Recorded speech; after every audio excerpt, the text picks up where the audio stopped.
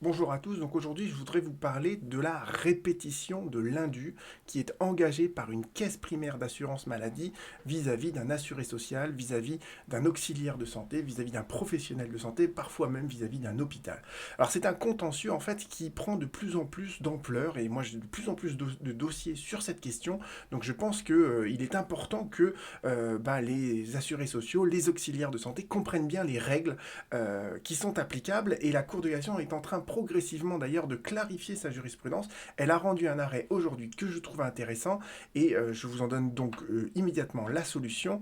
Donc un arrêt du 23 juin 2022, et que nous dit la Cour de cassation? Donc là c'était à propos d'un auxiliaire de santé, eh bien elle nous dit ça, c'est la première phrase qui est importante: la prise en charge par l'assurance maladie des actes effectués personnellement par un auxiliaire médical implique que ceci ait fait l'objet antérieurement à l'engagement des soins d'une prescription médicale écrite, qualitative et quantitative.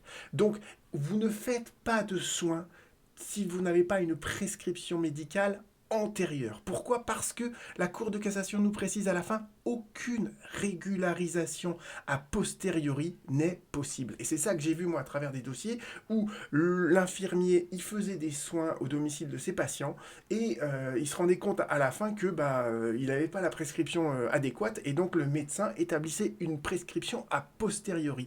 Et la Cour de cassation nous dit bien: aucune régularisation a posteriori n'est possible. Et deuxième chose que nous dit la Cour de cassation dans cet arrêt, en fait, c'est que là, la caisse primaire, elle disait, mais attendez,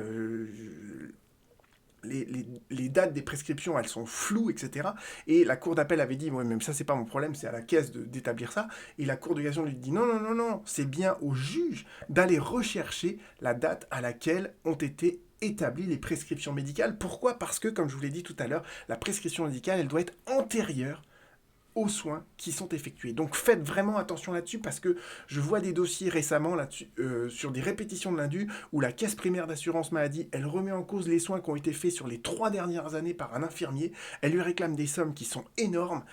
Donc ne vous faites pas prendre malheureusement à ce piège-là. Voilà, j'espère que cette information vous est utile. N'hésitez pas à la diffuser auprès de tous les infirmiers, de tous les auxiliaires que vous connaissez, y compris des médecins d'ailleurs, pour qu'ils soient sensibilisés à cette importance cruciale, d'accord, que une prescription, elle est antérieure aux soins et elle ne peut pas être régularisée a posteriori. À bientôt.